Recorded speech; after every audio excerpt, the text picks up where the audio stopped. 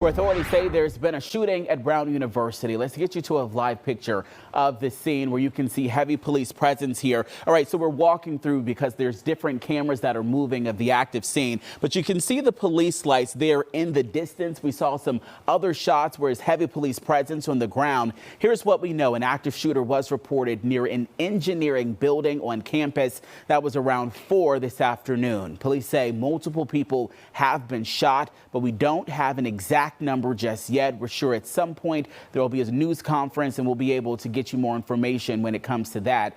At one point, we thought that a suspect was in custody, but authorities have since said that they do not have anyone. They believe whoever is responsible for this still on the run. No description of this. Here's what Brown University is doing. They are releasing up to minute and second updates on their social media and on their website. We do know that they have instructed students and staff to shelter in place. We know also today was the second day of final exams for the fall semester. Of course, we'll continue to follow this on air and online throughout the rest of the night.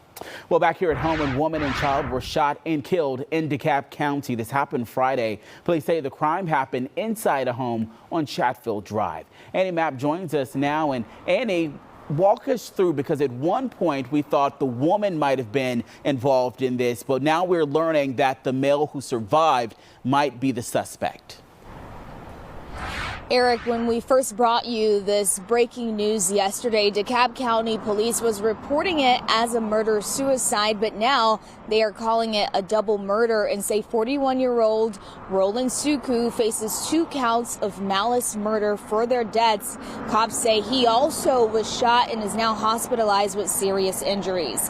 Now, DeKalb County Police responded to this scene around 1:15 Friday morning and report they discovered a graphic situation inside the home. The young girl killed was described as being 10 years or older. Police haven't shared the relationship between the victims and the suspect or the motive behind the shooting, but say the crime is being investigated as a domestic situation. I honestly think that's crazy. I don't even understand how someone can do that. I pray for the family, but yeah, that's wow. And police also haven't released the names of the victims involved in this gruesome crime. But of course, it's still early in this investigation. As for the suspect, once he recovers and is released from the hospital, he will be transferred to the DeKalb County Jail. Reporting live in DeKalb County, Annie Mapp, Fox 5 News. All right, Annie, thanks so much for the update in that one. Another shooting we've been following for a couple of days. Police have charged an Atlanta homeowner with shooting 2 teens who he's suspected of trying to steal some packages from a porch. Plus, APD has released audio from 2 911 calls made Thursday night. The portion you're about to hear is from a caller who says one of the wounded teens ran up to him asking for help. And one teen did go to the hospital. Heard shots, then I seen 2 boys running from one on shit. When I came outside, one on ran up to me, said he been shot. Then the other are you with him now? No, he walked off. The other one I gave, like I said, I gave him a shirt to wrap around. His wrapped around the boy arm, who he said been shot, and he walked off too.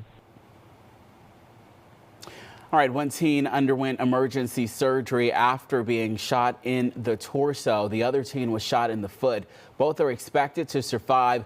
44-year-old Rakeem Bradford is charged with 2 counts of aggravated assault and possession of a firearm during the commission of a felony. The video that you're looking at now is damage of a car that slammed as the driver slammed into a home in DeKalb County. This happened late last night.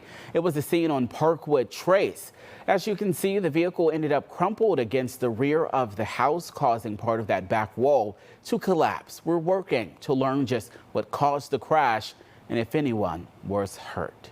Let's get you to a live look along I-75 North in North Henry County. Things back to normal now. Earlier, a tractor trailer in the median that's a little bit far out. You might not be able to see it there. Caused a real headache for drivers just a few hours ago. And this is what it looked like a couple of hours ago. If you look closely, you can make out that turned tractor trailer. We're told it was carrying fuel, and that crash caused a small spill. No other vehicles involved in this one. We're still working to learn details in this case as well.